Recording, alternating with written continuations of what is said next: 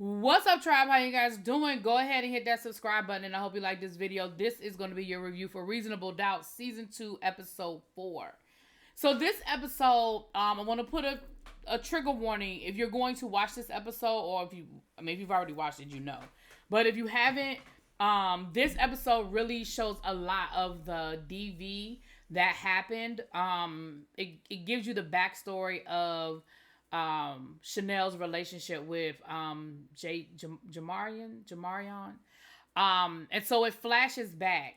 So they do put a trigger warning at the beginning of this episode. So I'm just letting you guys know, if you're going to go watch the episode, just be very clear about that. But I also want to say, I'm not going to go too deep into all of that because I know it can be a trigger.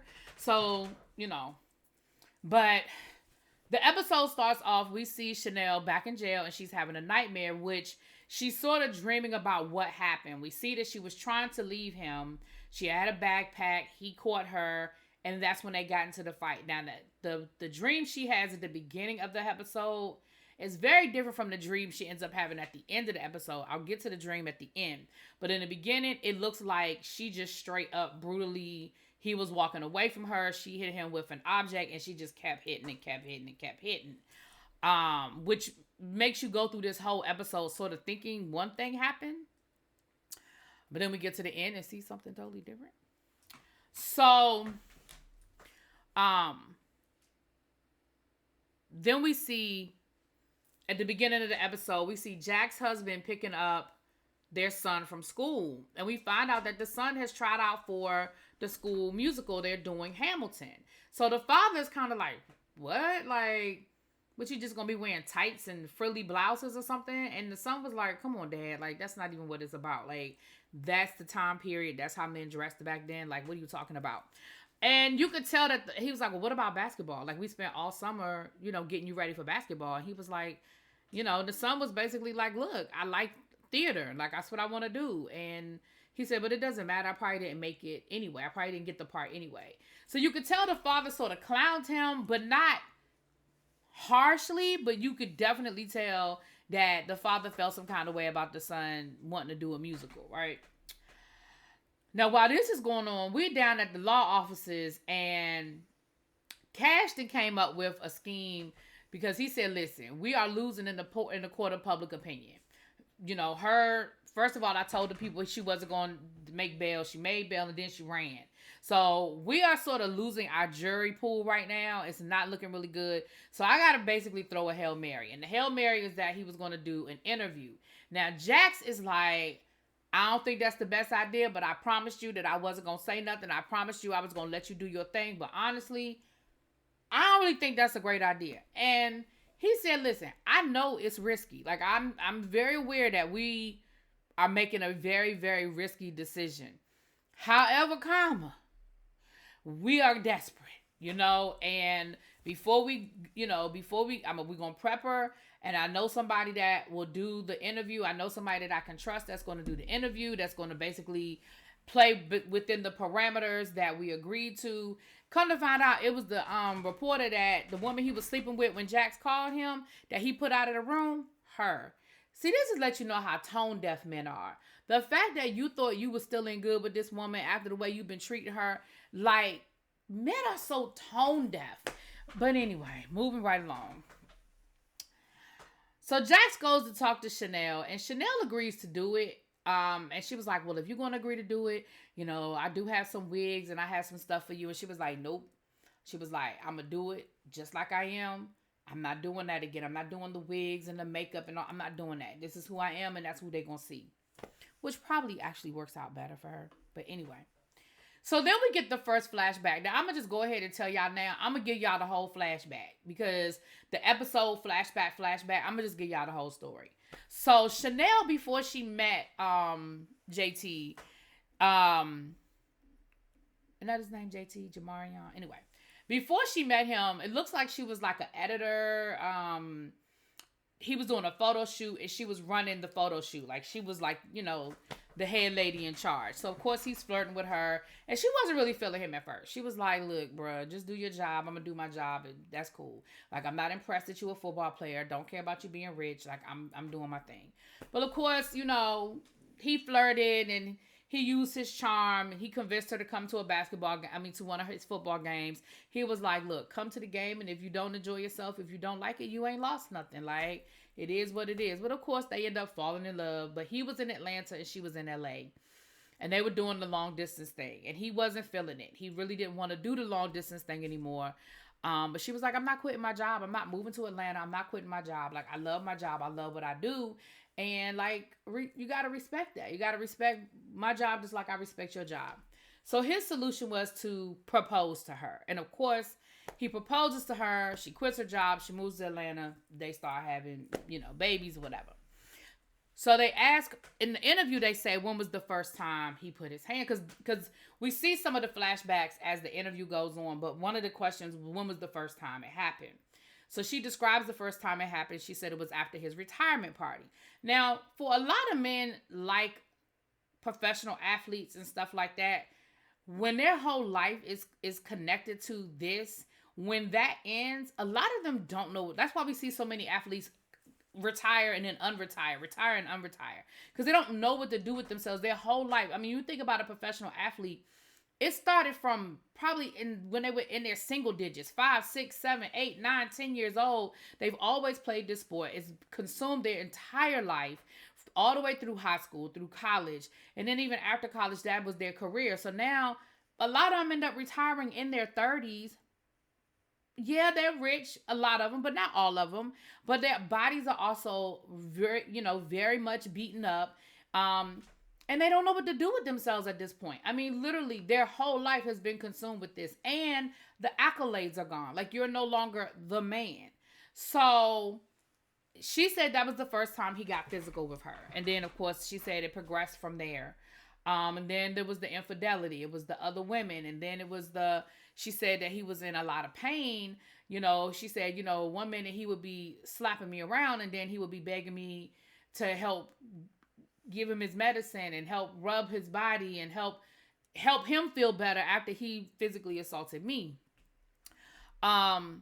We see where we see that she started the affair with, what's his name? Marcus, the guy that helped her, that was trying to help her escape. We see where they had their affair, and again, they were planning a runaway together.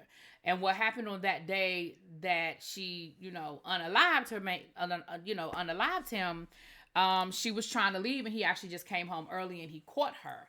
So she had the bag in her hand, and they got to fighting. So we saw the progression. Like I said, the episode really gets deep into the abuse. So you guys, again, I'm not going to go too deep into it, but that was pretty much the back and forth, flashback of it all. Now, while that is happening over at Jax's house, her son ends up getting suspended from school. Well, he ends up getting suspended from school because the kids are clowning him about, of course, wanting to do the Hamilton thing. And he plays into, his father is the one that picks him up from school because, of course, Jax is working. And he plays into the whole, what he perceived as like the homophobia that his father was kind of throwing at him. He was like, yeah, man, that dude came at me, and I had to, and basically his father went from chastising him to like, oh yeah, well, you did what you had to do, son. You did what you had to do. Until he overheard his son basically telling the real story to his friend and making it seem like he had lied to his dad to get out of getting in trouble. So his father confronts him like, wait a minute, you told me that this person, tried to come at you and got physical with you first and you defended yourself. He said, look, you think I didn't realize that the minute I told you that I wanted to do musical theater, that your whole attitude changed and you threw comments, you made a couple of comments about me wearing, stockings and wigs. Like, you think I didn't pick up on none of that? He was like, so yeah, like, you're not the only one that feels that way, but this is what I want to do. Like, I can't explain it, but this is what I want to do, and I know how other people feel. That's why I haven't really said anything about it. So him and his father end up having a moment. His father apologizes to him about basically his reaction to it. He apologizes to him. And then he tells Jax about it. And Jax was like, Jax's reaction was like, okay, so what? He wants to do theater instead of play basketball. What's the big deal?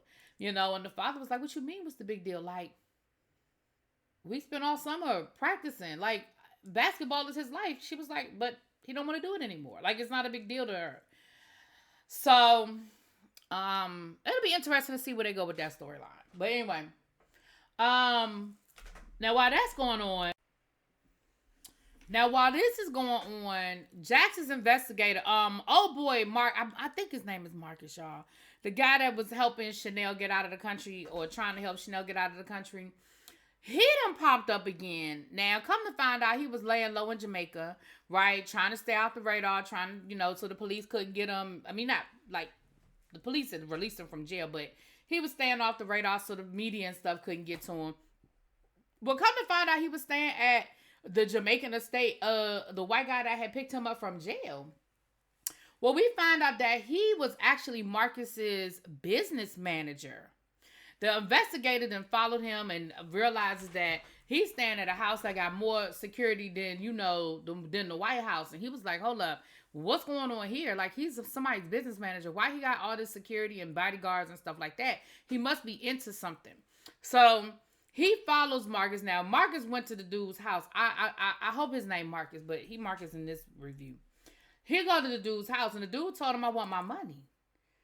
And Marcus tries to tell him, you got to be patient. Like, I can't get to it now. Like, Chanel is in jail, and Marcus is dead. Like, you got to give me some time. And dude was like, no, I don't.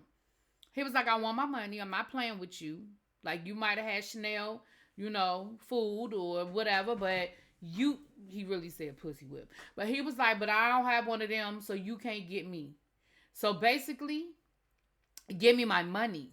So dude was like, I can get you a little bit today, but you're gonna have to give me time to get the whole 30 million. So the investigator follows him to the pawn shop. Now not the pawn shop, to the bank. And now I've never seen, he comes out of the bank and immediately tears up his receipt and throws it in the trash. Who does that? Maybe y'all do. I do not do that. I do not throw away my bank receipts in the trash can out in front of the bank. That is like throwing your ATM receipt in the trash can at the ATM. Why would you do that? Neither here nor there. The investigator, of course, gets it out of the trash, puts it together, and they're able to realize that he went into the bank and he took out like $1 million or a couple of $1 million or whatever. And I'm sure that was to pay old boy to hold him over to keep him off his back for a little while so he could get the rest of the money. Well, they're able to deduce correctly, of course, that maybe Chanel wasn't actually the one that was moving this money around. That maybe it was him and he was using Chanel, and the business manager and him are in some sort of cahoots, and the $30 million is really something that they were doing, and maybe they were the ones stealing from Marcus. They still can't figure out why and how the two of them linked up, but it sounds more plausible than Chanel actually stealing the $30 million. But of course, to the outside eye, it still looks suspect because that's who she tried to be on the run with, and they could have very easily put that money up for their rainy day fund, right? For their rainy day fund. So it still looks real suspect. Now, we go through the interview, and of course, Chanel, she actually ends up doing pretty good, right? Because the lady is trying to ask her these crazy questions, and the lady's trying to make it seem like, almost trying to make Chanel not be the victim. But Chanel actually held her own. Now, they did get a little bit of tea, though. Come to find out that a woman that went to the mother of one of their classmates okay, let me start over. The mother of one of the kids that go to the same school as Chanel and her daughters, Marcus done paid for an abortion for her. But that's not even the tea. The tea is that is the same woman that Jack's husband slept with last season. Because she's a mother, that's how they met. They met down to the school. So the question is, was JT looking out for Jack's husband and paid for that abortion? Or was that woman sleeping with both of them? But here's what the biggest tea out of all of the tea is.